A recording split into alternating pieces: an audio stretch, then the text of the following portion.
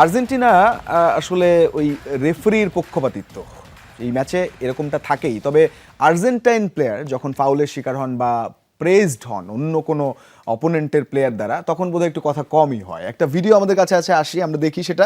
Nico Gonzalez, খেলার সময়টা তখন 100+ মিনিট, অর্থাৎ প্রথম যে অতিরিক্ত সময়টা নির্ধারিত সময়ের শেষে এই প্রেসটা দেখুন, এটা এড়িয়ে গেছে। তো আপনার সেকেন্ড টাইমও তার উপরে সে পাড়া দিয়েছে আসলে। এটা কিন্তু মানে অ্যাঙ্কেল টুইস্ট হওয়ার কথা, এবং সে কিন্তু প্রায় 2 থেকে 3 মিনিট শুয়েছিল। আসলে রেফারি কেন এটায় নজর দেয়নি, বিকজ সেই সময় কিন্তু Argentina very hungry to score, এবং তারা এক গোলে তখন সমতায় ছিল। আসলে এই যে এটাই তো 100% ইয়েলো কার্ড।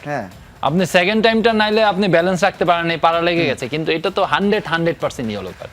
এটা কোনোভাবেই মানা যায় না। এখন ঘটনা হয়েছে যে এটা যদি ফুটবল আপনি রুলসে দেখেন, এটা আমি বলবো যে এটা ইয়েলো কার্ড ছাড়া কোনো উপায় নাই, ডাইরেক্ট ইয়েলো কার্ড। কিন্তু ওই সিচুয়েশনে আর্জেন্টিনা বলটাকে আসলে বাইরে রাখতে চাচ্ছিল না বা স্টপ করতে চাচ্ছিল না, এর জন্য আসলে মানে হ্যাঁ রেফারি আসলে হুইসেলটা দেয় না, হয়তো চেকও করেনি, কিন্তু it was clear foul and 100% yellow card.